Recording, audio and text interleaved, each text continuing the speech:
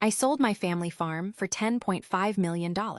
My husband said, "Tell your parents and your sister you lost everything." I thought he was crazy, until their reactions revealed exactly who they really were. Hello everyone, my name is Claire Dawson. I'm 38 years old, and the day I sold my family's farm for $10.5 million, my husband gave me the strangest advice I'd ever heard. He looked me straight in the eyes and said, "Tell your parents and your sister the sale collapsed." I blinked. What? Tell them the buyer backed out. Tell them you're practically bankrupt. I laughed. Why would I do that? He quietly reached across the kitchen table and squeezed my hand. Because, before we tell anyone the truth, I want to know who actually loves you.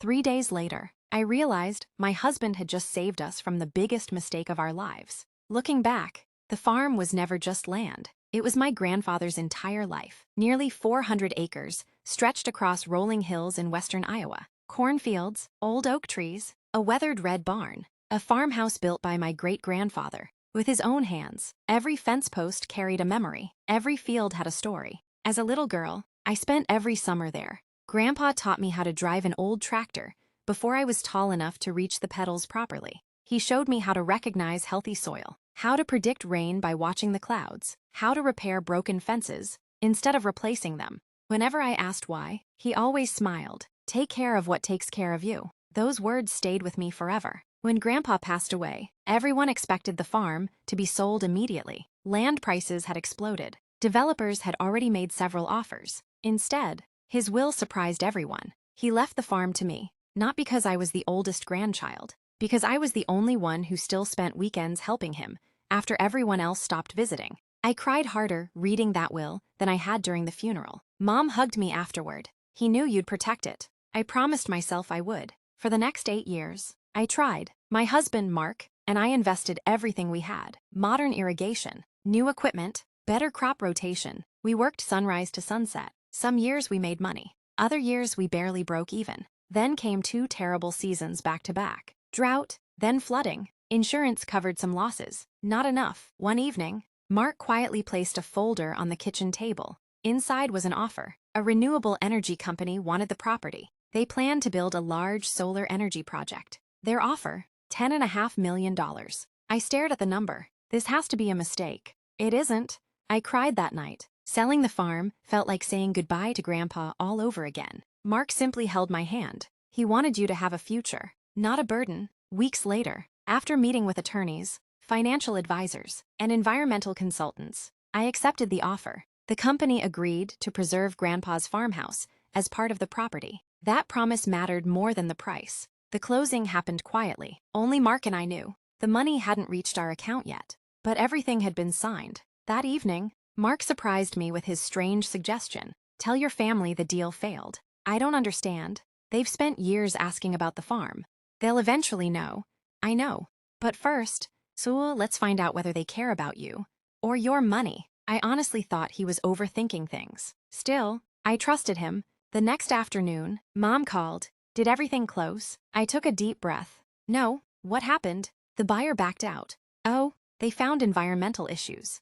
They canceled everything." There was a long silence. Finally, Mom quietly said, "Well, I'm sure something will work out." She hung up unusually quickly. That felt strange. The following morning, I called my younger sister Lauren. She answered cheerfully. "So, are you officially rich?" I forced a small laugh. "Actually, the deal collapsed." Silence. Then, "Oh, that's unfortunate." Her voice sounded completely different. Cold, almost disappointed. "We'll talk later." She ended the call less than a minute afterward. Mark noticed immediately. "They didn't ask how you were." I frowned. They were probably surprised. He didn't answer. 2 days later, Mom canceled our usual Sunday dinner. "We're exhausted." "No worries." The following weekend, Lauren canceled our shopping trip. Something came up. A week after that, Dad called, asking whether I'd decided to lease part of the farm again. "I don't know. We're figuring things out." He sighed heavily. Maybe it's finally time to stop chasing impossible dreams. That surprised me. Dad had always encouraged me before.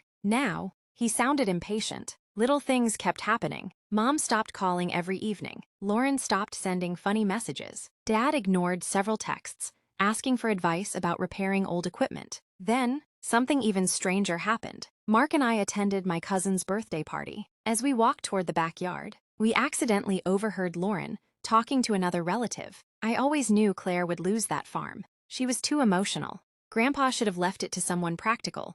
Another voice asked, "So what are they going to do now?" Lauren laughed. "Probably sell the house next.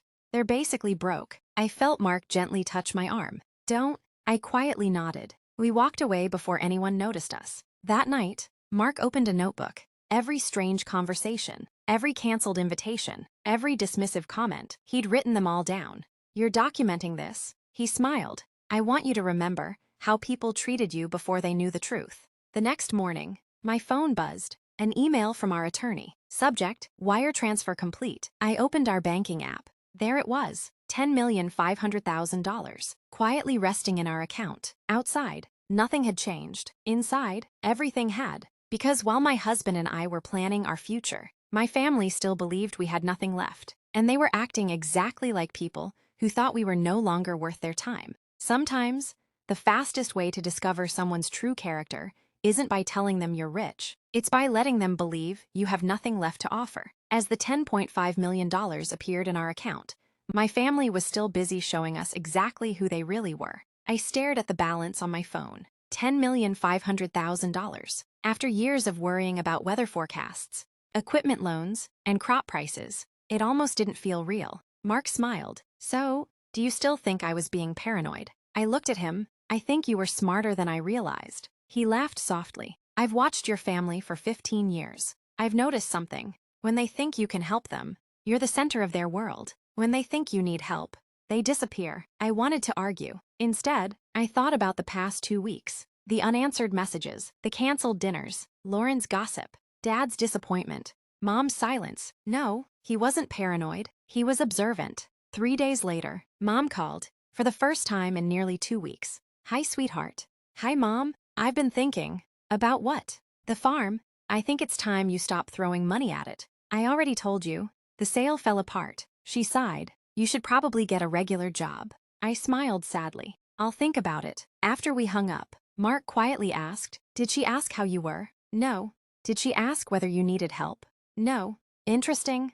The following weekend, Lauren invited everyone to dinner. We hadn't been included. My cousin accidentally mentioned it while texting me about something else. "Oh, I thought you knew." Apparently, everyone had gathered except us. That evening, Mark closed his notebook. "I think we've seen enough." "I agree." "So, when are you telling them?" I smiled. "Sunday." Every Sunday, my parents hosted lunch. For years, nobody missed it. We arrived exactly at noon. Mom opened the door. She looked surprised. "Oh, I didn't know you were coming." "I know. We weren't invited." The dining room immediately became quiet. Lauren looked uncomfortable.